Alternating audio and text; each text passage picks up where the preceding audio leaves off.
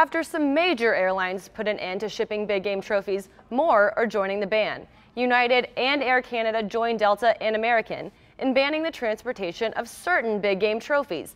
We're just down the street from where 3 murders took place last week, and tonight police are focusing on these gouges in the road, hoping they lead to the killers.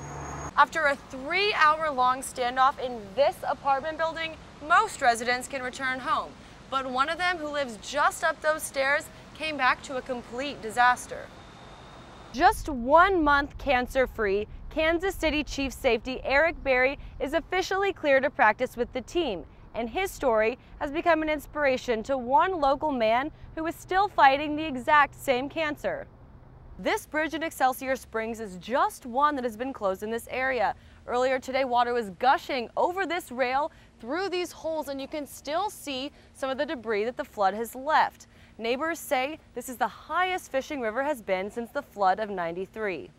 We have good news to report tonight. 14-year-old Reagan Class has been upgraded to serious condition after being in critical condition for days.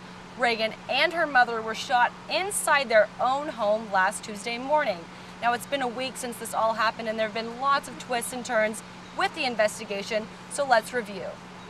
We've only seen a few drops of rain so far, but you can just feel the humidity in the air out here.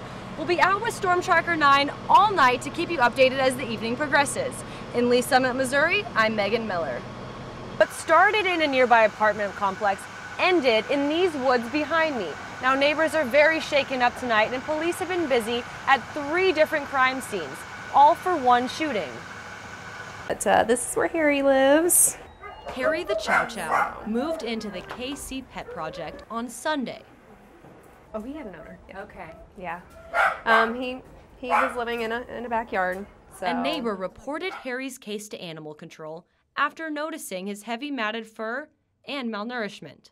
Pounds, literally pounds of hair on him, about 5 pounds total. After a haircut, Harry is on his way to recovery, but his temporary owners are still questioning some of his conditions. He's missing majority of his nose. Not quite sure how that happened, but it looks like a clean cut of some sort. Whether he inflicted that upon himself or if somebody did it to him, we don't know the extent of that. His nose may scar over and heal, but there are surgical options. He also has a scarred cornea, suggesting that he is at least partially blind. He loves coming up and meeting new people. Even though he can't see his new home, staff members say he is feeling the love. We do see a lot of dogs that come in from situations like this, and they're harder to handle, and they may have some more aggressive tendencies, but he is just a little lover, so we all kind of follow for him. The halfway house has left neighbors fully angry. Here at City Hall, they're looking for a resolution, but there is no current law in Kansas governing where sex offenders can and cannot live. Residents say the neighborhood has not been the same. Streets that are normally filled with kids are deserted. Basketball courts and pools are empty, and bikes are left unattended, ever since one Edwardsville neighborhood received some new residents. Now it's different, everything's different. Neighbors say things began to change when they started receiving alerts saying there were 4 nearby sex offenders, all in one rental home. It's 2 sex offenders, an ex-murderer, and then rapist. It's just overwhelming. Residents rushed to City Hall with questions, and they are still waiting for answers because there is no statewide rule saying where sex offenders can and can't live. You know, I think everybody should have rights, but right now it seems like they have more rights than we do.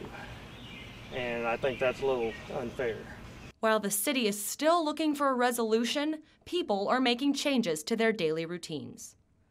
The house is locked all the time. We never used to. In fact, my next door neighbor never has locked his house. Neighbors and police confirm there have been 0 issues so far. It's like all you can do is do the best you can on making sure that nothing happens and protect them that way. The City Council will meet again in a few weeks, but for now, residents are keeping an eye on their kids. Reporting live from Edwardsville, I'm Megan Miller. House arrest. The main idea is they're restricted to a point, but they are also still allowed to be productive members of the community. A program that keeps track of convicted criminals with the help of a GPS tracker And bracelet. there's a smaller part on the back here The that tracker goes over sends alerts the band. back The to band case runs underneath it, managers and that's what like locks it into Teresa place. Marcos. And if it's flashing, we know it's a problem that needs immediate attention. One case has required more attention than usual from both Marcos and Shane's bail bonds in Olathe, the ones who came up with a $100,000 bond for Sean Dow. Then you end up with guys like this who just kind of shock you. It's like all of a sudden, boom, oh God, what are we gonna do? Dow has been missing since he escaped from house arrest last week. The former music teacher accused of touching students took off his GPS tracker, a task that is not easy to do. Since Dow did manage to remove his GPS tracker, he could be anywhere. So the Overland Park Police Department is not limiting their search to the Johnson County area. We'll get caught. It's very rare that something that size slips through our fingers. Everson says both bondsmen and police have expanded their search all the way to Texas. A bond this big and a charge this high, he can go anywhere. He gets caught, he's coming back here.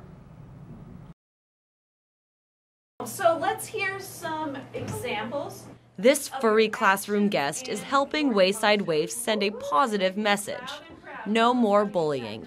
It's really important to be talking with elementary school students about this because bullying is connected to all kinds of forms of violence, and also animal abuse is as well. The No More Bullying program is all about positive prevention, and Basinger tells us their unique approach has kept kids engaged even though they've heard about bullying over and over again. They're over it, but when you bring an animal in the classroom and you start bringing in that aspect, they're just like, tell me more. Dogs Like Justice help kids get interested in the curriculum. Some of the main things Wayside Waifs teaches are core values like self-control, integrity, responsibility, and compassion. So where compassion and being humane and practicing responsibility and having integrity exist, then bullying cannot. Although the instructors do measure progress through pre- and post-tests, individual stories have been the best way to tell the program is working. And this little boy said to me, oh, Miss Basinger, Justice's tie is way too tight. So I made like a big to-do because it was brilliant that right in that moment he was already connecting the dots. Like, I've got to show compassion. Just moments after they talked about showing compassion for justice, the same little boy hit his classmate. This made for another teachable moment. And I was like, whoa, buddy, like, you remember all that compassion you were having for justice? Would you ever take your arm and hit justice like that? And very seriously, he got tears in his eyes. No, I would never do that to justice. We can't do that with our people friends either. The goal is to spread the program across the United States and eventually make a change worldwide. The world can be a different place.